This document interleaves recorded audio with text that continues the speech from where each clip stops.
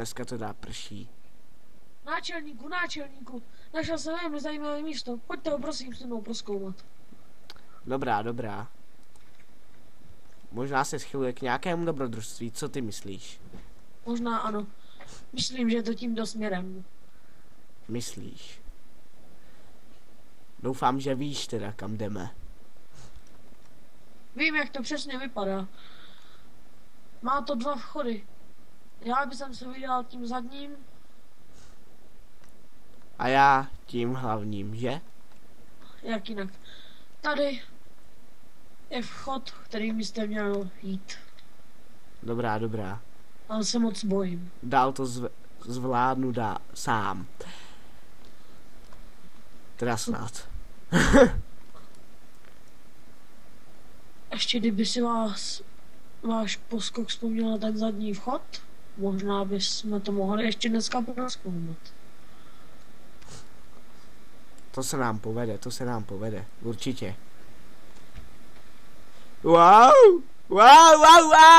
Ne!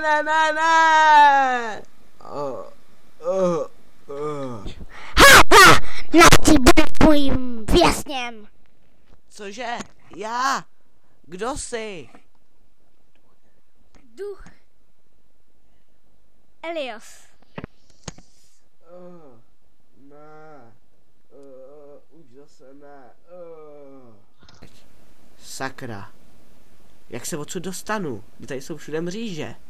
Náčelníku, právě procházím nějakou dlouhou chodbou. Hej, tady jsem. Pomož mi. Můj diamantový kompás, vždy ho. Ha, Je se mnou. děkuju.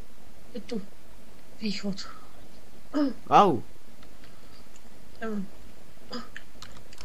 Au. A tady nějaká truhla.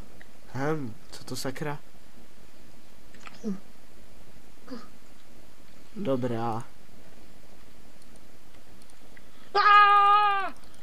Ne, co se děje? Ne. On asi uhořel. Za tohle se tomu duchovi pomstím.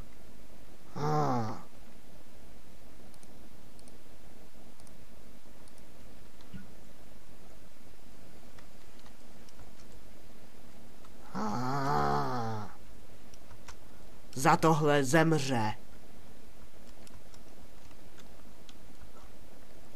Sakra. Kde má být ten čtverec smrti? Možná tamhle. Za tohle zaplatí.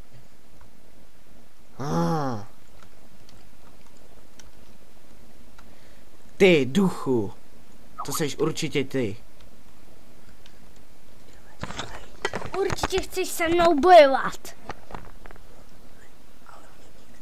Ale mě nikdy neporazíš.